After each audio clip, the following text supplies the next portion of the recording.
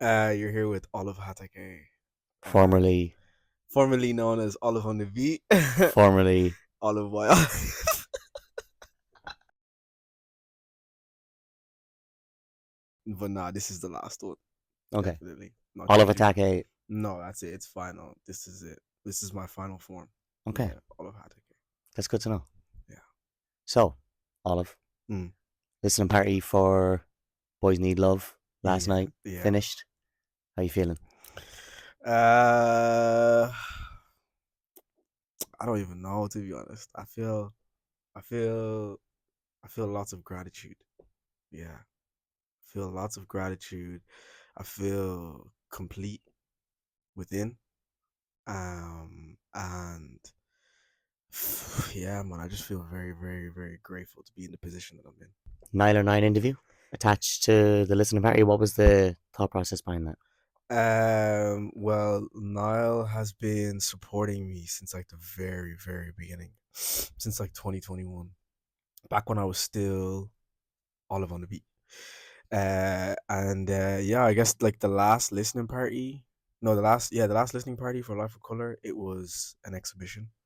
So I guess this time around, like I wanted to like take it a step further, and I think public speaking in front of everybody who like is currently supporting me and is a fan of the music, and then having someone like Niall, someone as respected as him, who's done so many things for the industry there. I think that was like the right step. So yeah, Hmm. and also it's a case of like he genuinely likes my music, Yeah, so I think that was the right person to reach out to. yeah. Shout out to Niall. It's been Yeah, 2 years since Life of Color, right? yeah. So, was the process for this album similar, completely different? Um, I think the only thing that's similar is traveling plays a huge part in my production, because remember we were having this conversation about music being life, Mm-hmm. and it's like when you're traveling, like I feel like when you're traveling into different places, you're really like experiencing life because you're meeting different people, you're going into different cultures. You know what I mean? You're soaking up things every single second, every single minute. And I guess that's the thing that stayed similar between Life of Color and Boys Need Love, is that the travel aspect plays a huge part Mm. on my production and my process. In terms of what was different, I guess this time I dealt with way more stuff in my own life, which that wasn't really the case with Life of Color. I think Life of Color, I was kind of just like, it was like the 18-year-old version of me, 19-year-old version of me. Um, just making music and just trying to understand and figure out what life is. Mm. But I feel like Boys Need Love was my transition from a teenager into a man. That's what I'd like to think, anyways. Definitely. Yeah. Cool.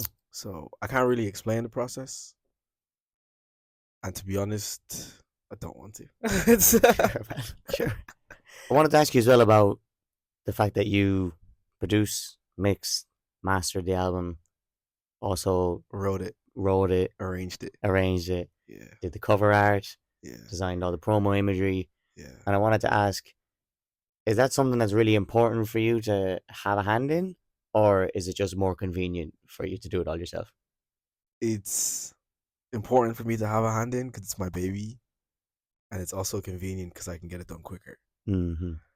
Um, because there's times where you gotta go, and then there's times where you gotta sit back. But the cover art, of course, we shot it with Frenchie Stardust, one of my favorite photographers in the Mm-hmm. country. Shout out to Frenchy Stardust. Some people might say that's bias just because he's my best mate, but that's not bias. He is definitely hands down one of the best photographers in the country. So yeah, he shot the cover art, and then obviously the helmet was designed by Sean Atmos, one of my favorite visual artists, also in the country. That's also not bias. He really is. Big fan of him, and big fan of Mazer as well. I love like the type of work that they do, the colors they use, and just the concepts behind their work.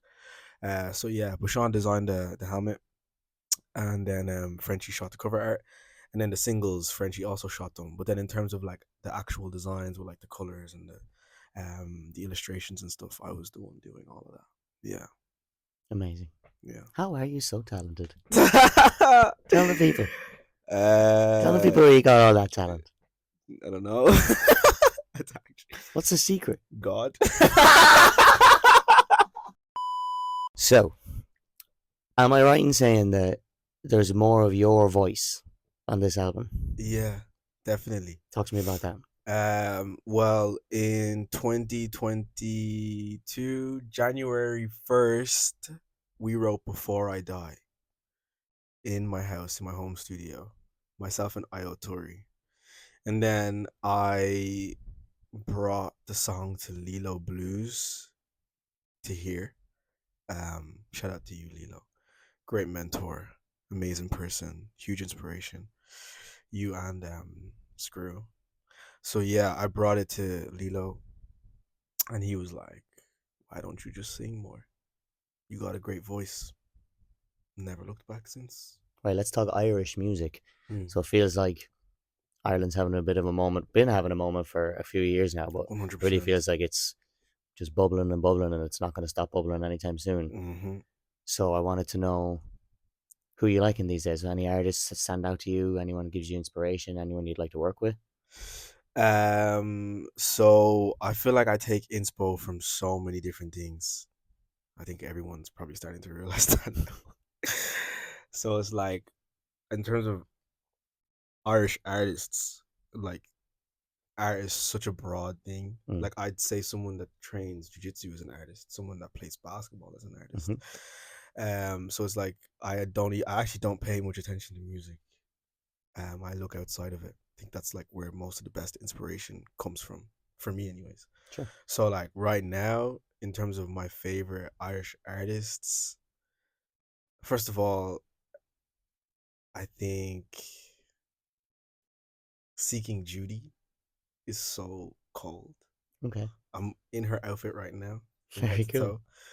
This is all Seeking Judy. Shout out to you, Megan. You're a genius. Yeah, Seeking Judy is definitely one of my favorite Irish artists right now. She's so talented, fashion designer. Music wise, Hair Squid and Eden always. Who's on the album?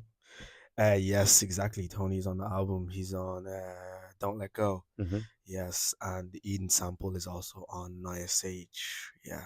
So yeah, definitely. Those are my two favorite Irish Amazing. Kind of artists. two underground icons of the scene, I would say. Fact, 110%. 110%.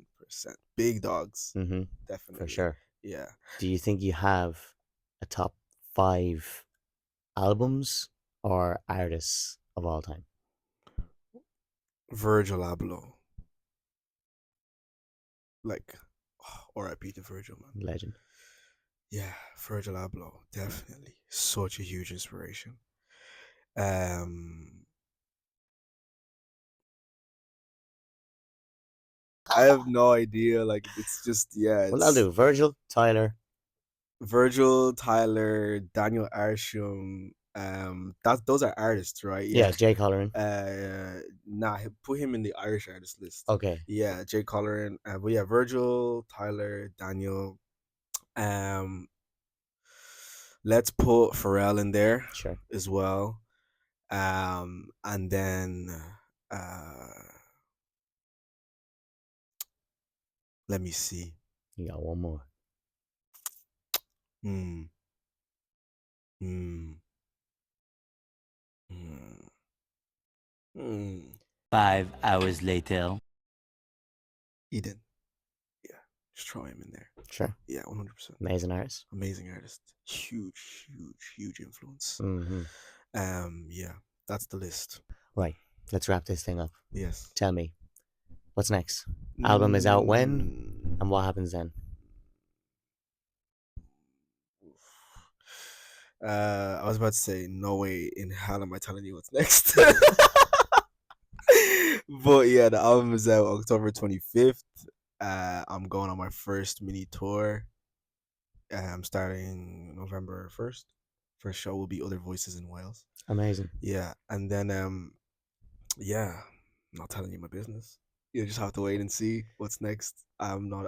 We don't speak on it. We just act on it. All right. You heard That's it here it. first. Yeah. all of Hatake. Thank you very much. Absolute pleasure. This is my best friend, by the way.